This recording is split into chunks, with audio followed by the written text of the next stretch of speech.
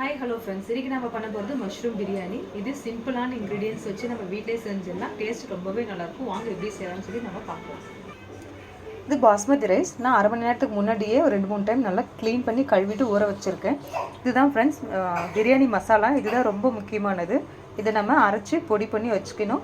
இது கிராம்பு 5-6 எடுத்துக்கலாம். 1 ஸ்பூன் ஜீரகம், 1 ஸ்பூன் சோம்பு, 1 ஸ்பூன் மிளகு, 1 ஸ்பூன் மல்லி, 3 ஏலக்காய், 2 அன்னாச்சிப்பூ, 2 பட்டை, 2-3 இலை, பிரியாணி இலை. இதை நம்ம அரைச்சி பவுடர் பண்ணி வச்சுக்கலாம். 2 ஸ்பூன் நெய். இது மசாலா. 1 ஸ்பூன் மல்லித்தூள், 1 ஸ்பூன் காரப்பொடி, 1 spoon garam masala, 1 spoon chicken masala, 1/4 teaspoon மஞ்சத்தூள். இங்கே பாருங்கள் 2 பச்சை மிளகாய், 3 வெங்காயம் ஸ்லைஸாக கட் பண்ணி வச்சுருக்கேன். கொத்தமல்லி புதினா க்ளீனாக கழுவிட்டு கட் பண்ணி வச்சுருக்கேன். மஷ்ரூம் தாங்க இது. இதை நம்ம க்ளீன் பண்ணி கட் பண்ணி வச்சுருக்கோம். 2 ஸ்பூன் இஞ்சி பூண்டு பேஸ்ட்டு. இவ்வளோ தாங்க. நம்ம இதை வச்சு எப்படி மஷ்ரூம் பிரியாணி செய்ய போகிறோன்னு சொல்லி இப்போ பார்க்கலாம். அதுக்கு முதல்ல அடுப்பு பற்ற வச்சுட்டு ஒரு குக்கர் வச்சுக்கலாம். குக்கர் நல்லா காஞ்சதும் ஒரு 100 ml நம்ம எண்ணெய் ஊற்றிக்கலாம். இப்போது எண்ணெய் நல்லா காயட்டும். எண்ணெய் காஞ்சதும் நம்ம வெங்காயம் பச்சை மிளகாய் சேர்த்துக்கலாம். எண்ணெய் நல்லா காஞ்சிருச்சு. இப்போ வெட்டி வச்ச வெங்காயத்தை நம்ம சேர்த்துக்கலாம். அது கூடவே அந்த பச்சை மிளகாயும் சேர்த்துக்கலாம். வெங்காயம் நல்லா வணங்கிடுச்சு. இந்த ஸ்டேஜில் நம்ம வெட்டி வச்ச புதினாவும் கொத்தமல்லியும் சேர்த்துக்கலாம். பாருங்கள், இதுவும் நல்லா வணங்கிடுச்சு. இந்த நேரத்தில் நம்ம இஞ்சி பூண்டு பேஸ்ட்டு சேர்த்துக்கலாம். இது நல்லா பச்சை வாசனை போகிற அளவுக்கு ஒரு 2 நிமிஷம் நல்லா கிளறி விட்டுக்கலாம். பாருங்கள், நல்லா மிக்ஸ் ஆகிடுச்சு. இப்போது நம்ம அரைச்சி வச்ச அந்த மசாலாவை சேர்த்துக்கலாம்.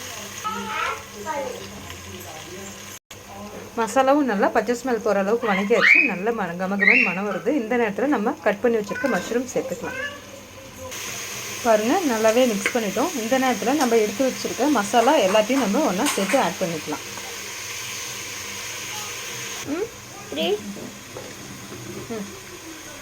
இப்போ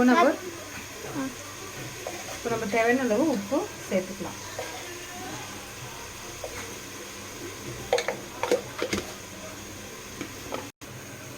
பாருங்கள், நான் 1.5 கப் அரிசி ஊற வச்சுருக்கேன். அதுக்கு 3 கப் தண்ணி ஊற்றணும். ஆனால் நான் 2.5 கப் தான் ஊற்றுறேன். ஏன்னா நம்ம அரை மணி நேரத்துக்கு முன்னாடி அரிசி நல்லா ஊற வச்சுருக்கோம். அதனால் நம்ம 2.5 கப் ஊற்றினா மட்டுமே போதும். இப்போது அரிசி இது கூட சேர்த்து ஆட் பண்ணிக்கலாம்.